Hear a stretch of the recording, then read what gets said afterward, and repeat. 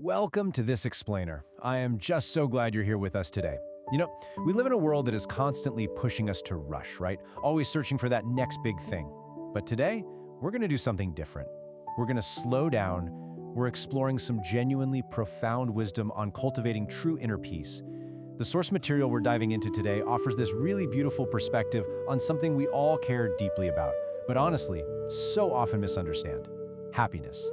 Specifically, we're unpacking the secret that happiness isn't actually about acquiring more. So, let's dive right in. Let's just be completely honest with ourselves for a second. Have you ever caught yourself thinking, when life gets easier, I'll be happy? It is such a universally shared human experience, isn't it? We all have this internal monologue that kind of delays our own joy. We treat happiness like it's a destination on a map, this magical place we'll finally arrive at just as soon as the storm clouds of our current circumstances clear up. We basically tell ourselves that today is just for enduring, and tomorrow, well, tomorrow is for actually living. And we create these incredibly specific conditions for our peace of mind. We say things to ourselves like, well, when I have a little more money in the bank, then I'll relax. Or, as I'm sure many of us with grown families completely understand, when my children finally understand me, or when they settle down, then I'll be happy. Or even just simply, when life just becomes a little bit easier. We literally put our peace on hold.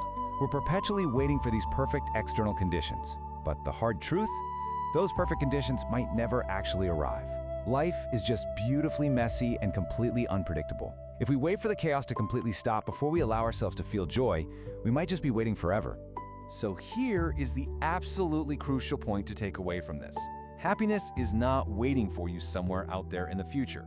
It's really not a prize hidden at the end of some long, exhausting obstacle course.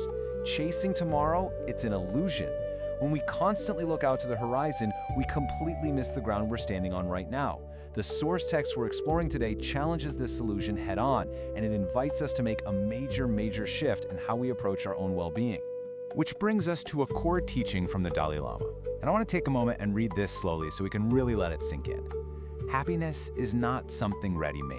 It comes from your own actions.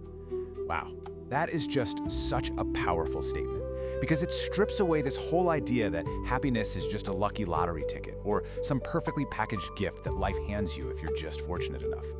Instead, it takes the power and really the responsibility and places it gently right back into our own hands. Because there's a profound difference between two very different ways of living. On one side, we have finding happiness in the future. Now that's passive. It implies happiness is lost out there somewhere, and you just have to search for it, hoping to maybe stumble upon it someday. But on the other side, we have creating happiness in the present. That is active.